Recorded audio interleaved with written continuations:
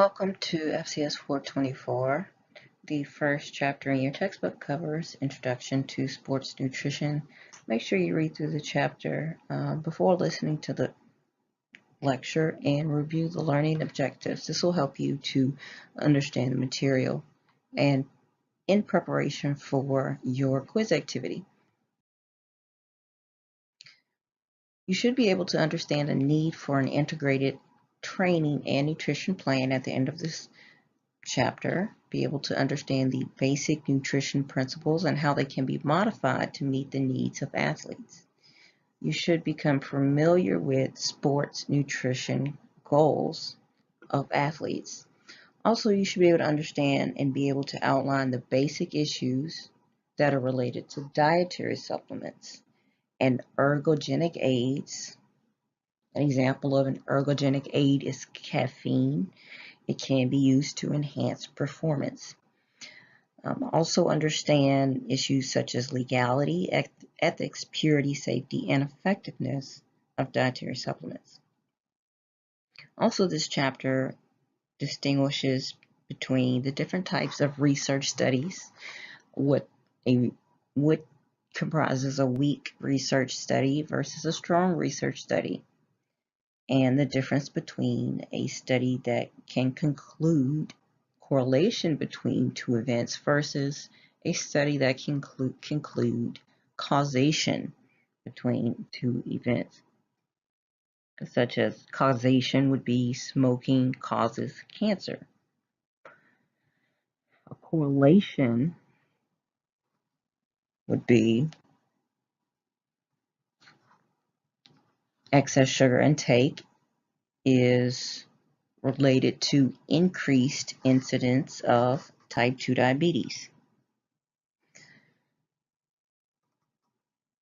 Also, be able to compare and contrast the academic training and experiences necessary to obtain various exercise and nutrition certifications. Some of them require stringent standards, while some of them are fairly easy to get.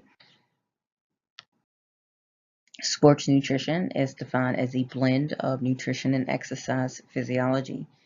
As a science, it is based on sound scientific evidence and evidence-based research that is peer-reviewed or reviewed by people in the same field with the same expertise.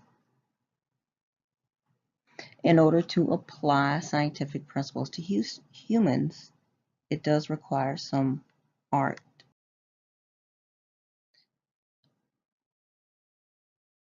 Look at Figure 1.1 on page 3 in your textbook. The term athlete is very broad and very inclusive. However, there are important differences between elite athletes, such as NFL players or ballerinas in a dance company, or well-trained athletes and recreational athletes. There are a number of definitions in this first chapter to become familiar with. There are differences between physical activity, exercise, and sport. Physical activity essentially refers to any type of bodily movements throughout the day. You can get physical activity in by cleaning your house. Exercise is more structured. You have a set time frame for this activity. And sport is competitive. We will talk about aerobic and anaerobic exercise and endurance and strength athletics. Training and nutrition go hand in hand. Everyone is an athlete according to your textbook. Training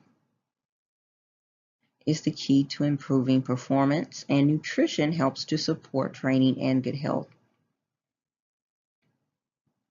You need to pay attention to what you're consuming daily. Keep a diet record, pay as close of attention as possible. But, as an athlete, your diet must be flexible.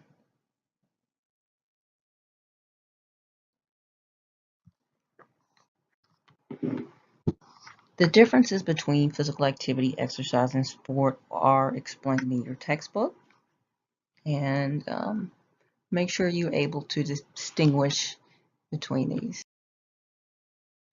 Physical activity, exercise, or sport can be aerobic or anaerobic. This means that it can occur in the presence of oxygen in the case of aerobic metabolism, or without oxygen, and this refers to anaerobic metabolism. Aerobic metabolism involves oxidative phosphorylation, or the breaking of phosphate bonds to produce energy.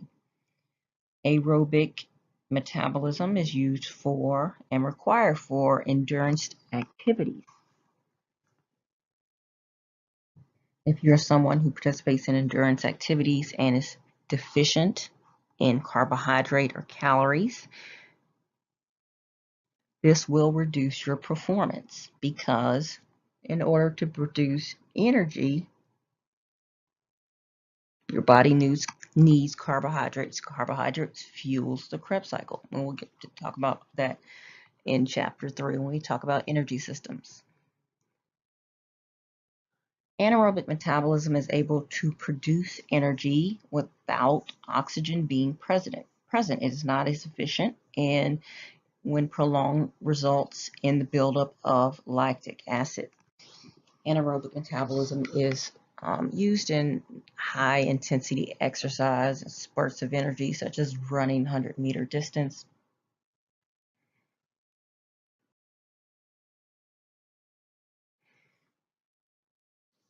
Okay, so be familiar with that. Training and nutrition go hand in hand with skill development. In sports-specific training, cardiovascular fitness can be improved by diet. Consistent daily proper nutrition is imperative.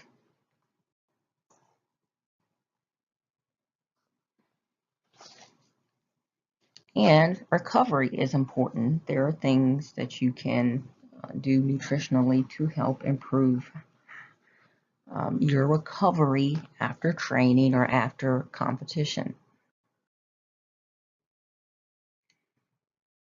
The main goal for athletes is to improve performance. That's the main goal, but there are some general training goals.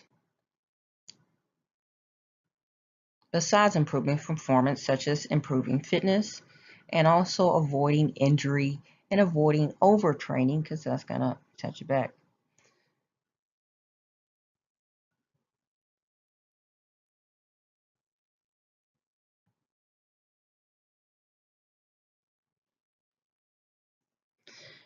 All of these nutrition goals are important in meeting the demands of sport or physical activity. Make sure you're getting enough energy intake. You need to know how many calories you need and how many approximately you're burning in order to meet demands. It is imperative to replenish your storage form of carbohydrates called glycogen. So you need dietary carbohydrates. At a minimum, the American Diabetes Association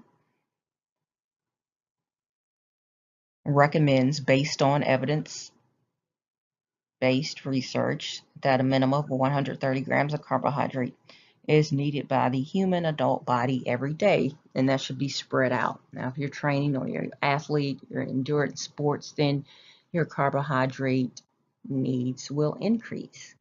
In order to produce energy, the body needs carbohydrates. Adequate protein is necessary for growth and for the repair of your tissues, specifically skeletal muscle tissues. If you want your muscles to grow and repair quickly after working out, you need to make sure you get an adequate protein. Adequate fluids is important as well. Also, overhydration is an issue for some people if you're getting too much fluid without the electrolytes such as sodium and potassium that go along with hydration or maintaining hydration. Overall, adequate diet is necessary to maintain good health, and it is appropriate to look at weight and body composition to make sure that they are within requisite ranges for peak performance. Some short-term sports nutrition goals for athletes can be the consumption of food and beverages to delay fatigue during training and during competition. Also, short-term, minimize dehydration and hypohydration during exercise. Also, utilize dietary strategies known to be beneficial for performance, such as a pre-competition meal. You can appropriately time caffeine intake to help improve your performance. There's a lot of research on caffeine intake and improving performance.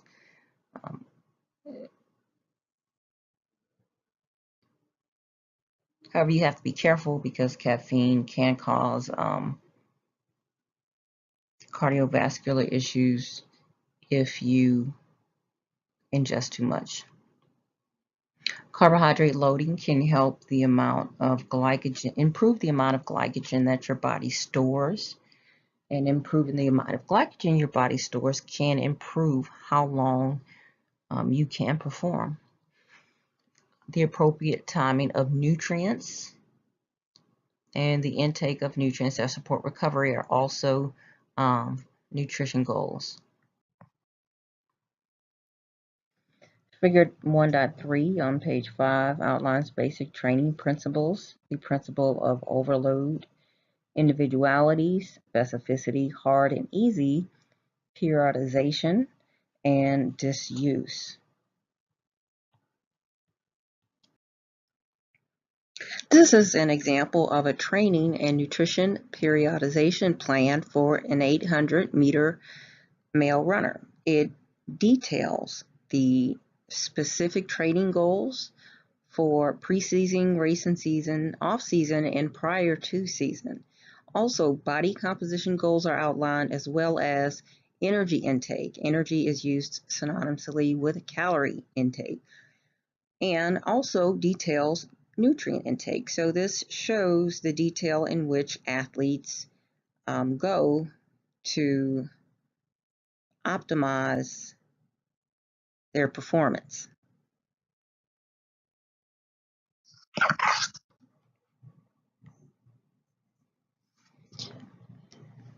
Objective 1.2 in your textbook outlines the basic nutrition standards and guidelines. Sound general nutrition principles can be gathered from a variety of sources. The dietary reference intakes you will recall from the prerequisite to this class give values for nutrients. You have an assignment this semester.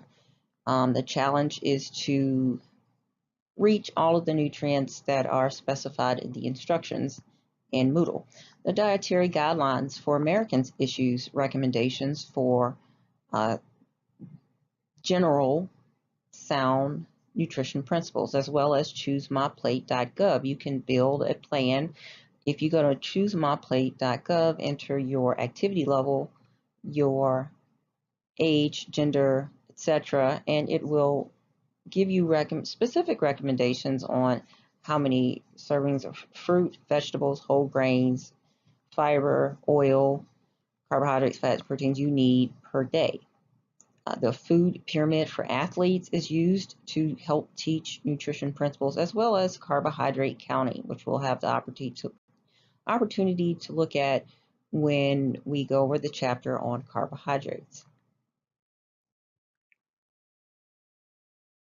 So dietary reference intakes are a set of reference values established by the Institute of Medicine.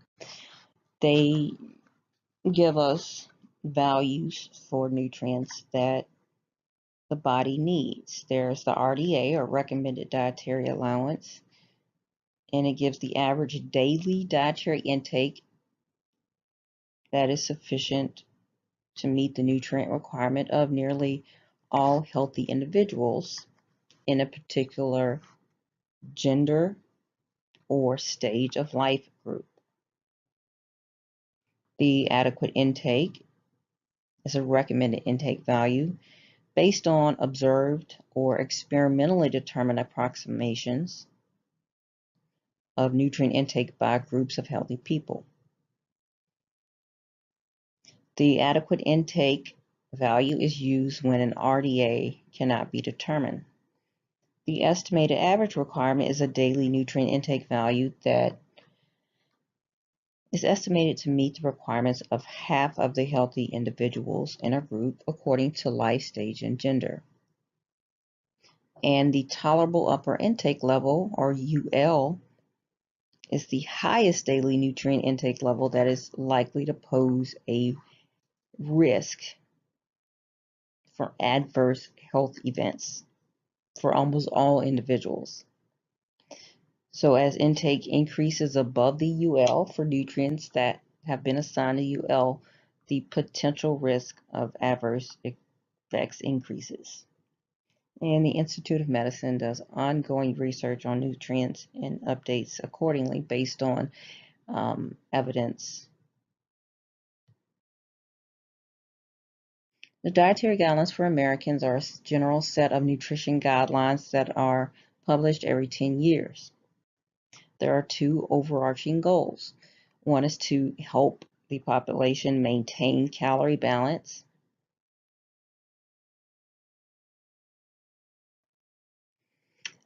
and focus on consuming nutrient-dense foods and beverages, and as opposed to empty calories. The major categories in the dietary guidelines include balancing calories to manage weight, the foods and food components to reduce chronic disease, the foods and nutrients to increase health, and how to build healthy eating patterns. MyPlate is another tool that is aimed at helping the public develop a healthy relationship with food and be aware of portions and the types of foods within food groups that they're choosing. So ideally, your plate will be largely made up of vegetables, and with grains, at least half should be whole grains. For example, rice is a grain. If you're choosing rice, choose brown rice over white rice. Dairy is encouraged in 3 servings per day so that you can ensure optimal absorption of the calcium from dairy. Protein should be chosen from lean meats. There are other meal planning tools that are discussed in your textbook, such as the food exchange system. The food exchange system divides foods based on their macronutrient content. So starches would be one group in the food exchange system. Fats and oils would be another group. Starchy vegetables, fruits, and there are some other categorizations. So each food list contains foods and their corresponding serving size that have approximately the same amount of macronutrient. The food pyramid for athletes outlines what should be the basis of a healthy diet. Look on page 13 of your textbook. And also carbohydrate counting is a meal planning tool that essentially involves determining how many carbohydrates you need for that entire day and dividing them up throughout the day.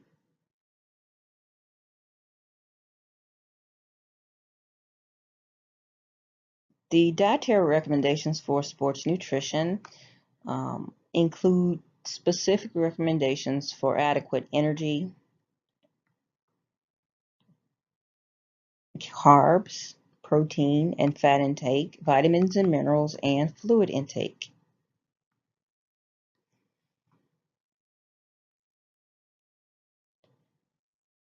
The amount of carbohydrate that is necessary can range from 3 to 12 grams per kilogram of body weight daily.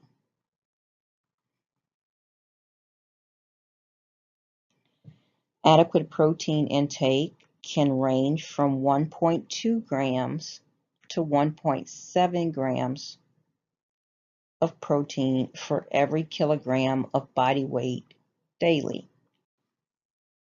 Protein should be determined and spaced out throughout the day. It is important to pay attention to the timing of nutrients. We'll talk about, and it's discussed in your textbook. Fat intake is typically 20 to 35% of total calories. Fat is an important fuel for the body. The types of fat that you choose are important. Fats should be mostly from monounsaturated sources like olive oil, and efforts should be made to include essential fatty acids such as omega-3 fatty acids.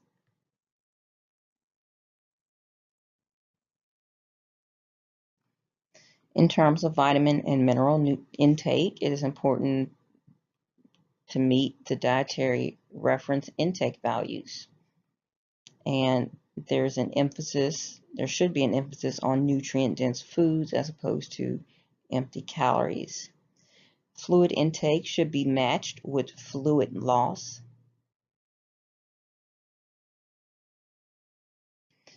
And certain behaviors should be avoided, such as disordered eating, which we'll talk about in chapter 12 of this text. Dietary supplements and ergogenic aids are a controversial topic. Make sure you read section 1.4 in your book thoroughly. It talks about the Dietary Supplement Health and Education Act, or DSHEA.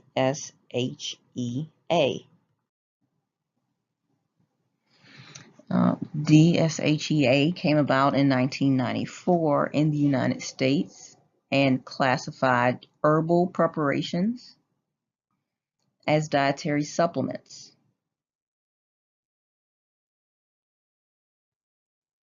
The FDA does not review or approve any dietary supplement before it's for sale, so it is important to be careful when choosing a supplement. In European countries, it's noteworthy that supplements are regulated as medications, and that may be safer. Some supplements do not contain the ingredients that they purport to contain, and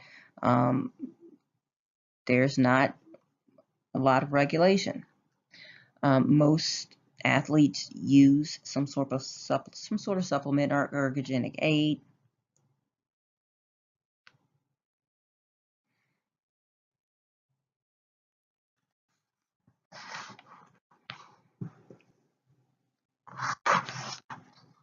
Most of the supplements are not effective for improving performance, muscle mass, or decreasing body mass. It is important that you look for reputable sources. Go to scholar.google.com if you want to do some research, and we'll talk about how to, and your book talks about in detail how to distinguish research studies that are strong and reliable versus weak and unreliable. Quackery is defined as the practice of making false claims about health-related substances, and quackery is widespread. So it is important for you to gain knowledge on your own.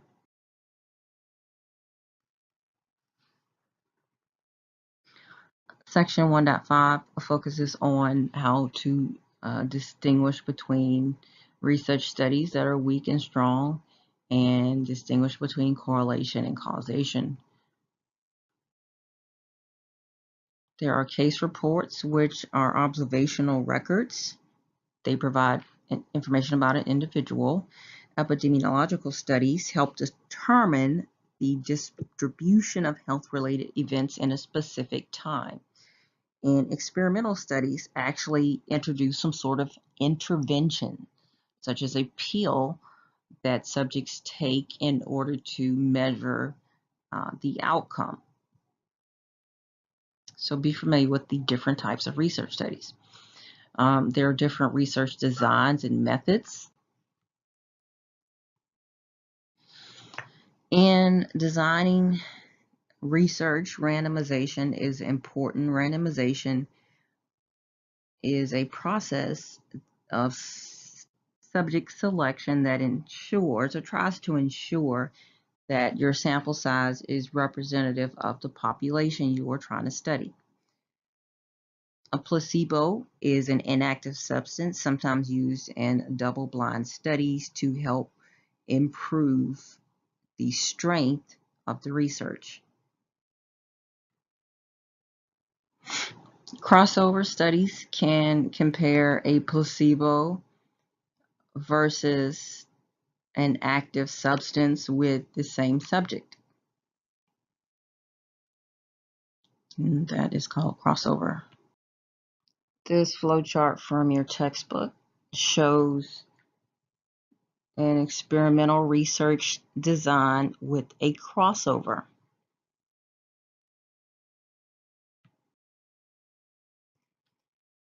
Peer review is an important part of the scientific process. Peer review is the process in which research studies are reviewed by a group of experts in the same field. Some examples of peer-reviewed journals include the American Journal of Clinical Nutrition, Journal of the American Medical Association, Medicine and Science and Sports and Exercise, for example. There are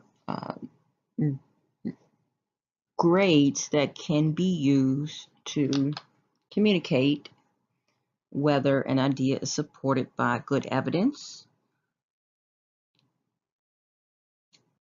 or whether it's not supported by good evidence, its research is poorly designed, and it is not very reliable. So there's grade 1 or level A. This is assigned to research that is supported by good evidence. Research has had consistent results of well-designed, large, randomized research studies. A grade 2 or level B means that an idea is supported by fair evidence, less convincing results due to inconsistent research or limited number, or the studies had a weaker design.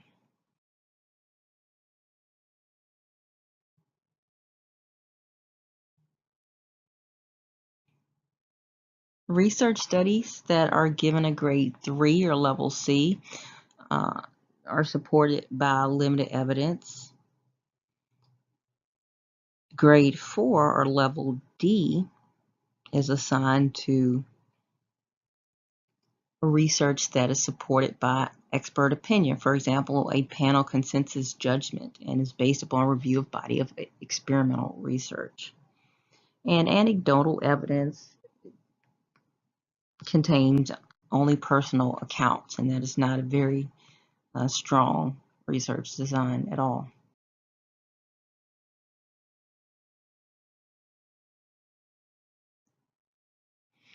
Drawing appropriate conclusions from scientific research is important. You have to distinguish between correlation and causation. Did this study just prove that one event causes another, or did it find an association or correlation between two events? Usually with epidemiological studies, correlations can be found. With experimental studies, causation can be assigned. Results should be repeatable. If you extrapolate information, be careful. Results must be interpreted carefully, and realize that there is a slow evolution of knowledge.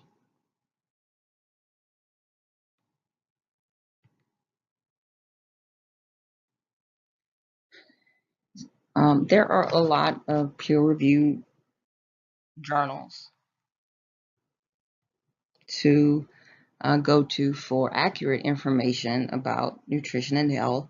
There's a lot of competing inaccurate information that can be found on blogs and commercial websites. So you have to be careful.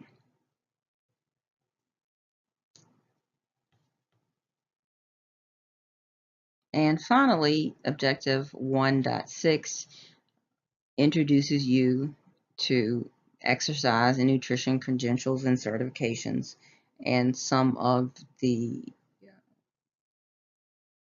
schooling that's needed to attain each. The scope of practice defined by your particular certification helps to establish professional boundaries, what you are trained to do and what you are not trained to do. Practitioners must recognize the limits of their expertise, know when to refer to another practitioner.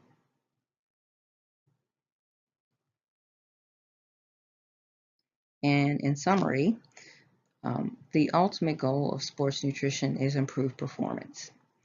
This involves both skill development and training. Proper nutrition helps to support training, performance, and recovery. Sports nutrition principles are based on sound general nutrition principles that have been modified to reflect the demands of training and competition for the athlete's sport and position.